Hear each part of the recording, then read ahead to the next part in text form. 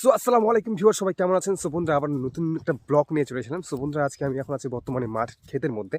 আর চারিদিকে গম ক্ষেত তোমরা দেখতে পাচ্ছ। সো এখানে পুরো ভরাট গম ক্ষেত। আর আমার কাকা আছে সামনের দিকে, কারণ সামনের দিকে একটু সার নিয়ে এসেছে গম গম গম খেতে দিতে আর কি। সো এখন যাচ্ছি সেখানেই দেখতে। কাকা সকালবেলা গিয়েছিল, আর পুরো কুয়াশা আচ্ছন্ন ছিল। এখনও কিন্তু কুয়াশায় চারিদিকে ঢাকা, মেঘে ঢাকা। রোদ আজকে আমি অনলাইনে দেখেছিলাম, ওয়েদার দেখেছিলাম যে রোদ হবে, কিন্তু এখানে রোদ নেই। সেটা ওয়েদার অনলাইনে যে খবর, সেটা কিন্তু ফালতু একটা ফেক খবর হয়ে গেল। আজকে রোদ হওয়ার কথা ছিল, রোদ কিন্তু নেই।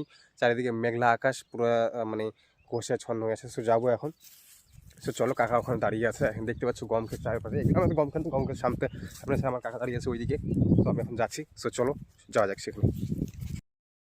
ভাই, এই শস্য ক্ষেত্রে যে তোমরা দেখতে পাচ্ছ, এই শস্য ক্ষেত্রে দেখতে পাচ্ছ জাস্ট কোনো চাষ হয়নি, ডাইরেক্ট কিন্তু এখানে চাষ লাগিয়ে দিয়েছে। দেখতে পাচ্ছ এখানে কিন্তু ধানের যে নাড়াগুলো থাকে সেগুলো কিন্তু এখনও রয়েছে।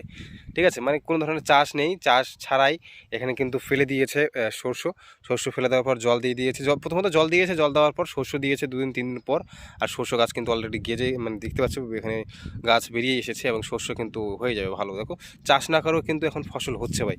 আর এইদিকে গম। তো আমার কাকা ওইদিকে দাঁড়িয়ে আছে, দেখতে পাচ্ছ, আমি হয়তো বা তোমার দেখতে পাচ্ছ। তো যাই হোক, এখন যাচ্ছি সেখানে। তো চলো যাওয়া যাক। আর এদিকে মার্শাল রয়েছে, এখান থেকে মার্শাল জল নিয়ে আমরা এখানে আসি আর কি। এদিকে জল বেশি হওয়ার কারণে দেখতে পাচ্ছি এই গমগুলো কিন্তু লাল লাল হয়ে গেছে। সো জল কিন্তু বেশি হলেই গমের একটাই দোষ, জল যদি বেশি হয়ে যায় তো গম কিন্তু ভাই লাল লাল হয়ে যায়। ঠিক আছে, একটু লাল লাল হওয়ার পর সেই গমটি কিন্তু একটু হলেও একটু দেবে যায় আর কি, বাড়তে সময় নেই। ঠিক আছে, এগুলো দেখো, এগুলো ঠিক রয়েছে, এগুলো কিন্তু লাল নেই। সো যাই হোক, এদিকে 33,000 ভোল্টেজের কারেন্টের ইলেকট্রিক তার। সো যাচ্ছি সেখানে, চলো। তো ভাই, আমি এখন কাকার খেতে চলে এসেছি, গম ক্ষেতের মধ্যে। তোমরা দেখতে পাচ্ছ এখানে গম ক্ষেত, এখানে জল দেওয়া হচ্ছে আর কি।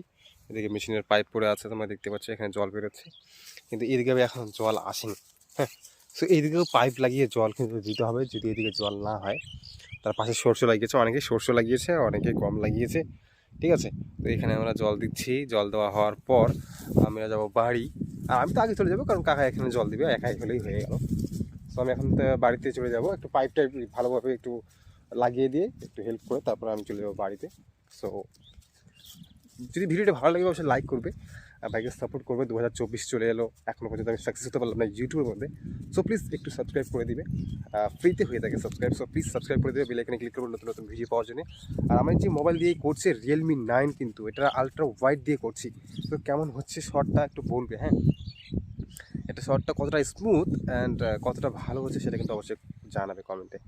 ধন্যবাদ ভিডিওটি দেখার জন্য।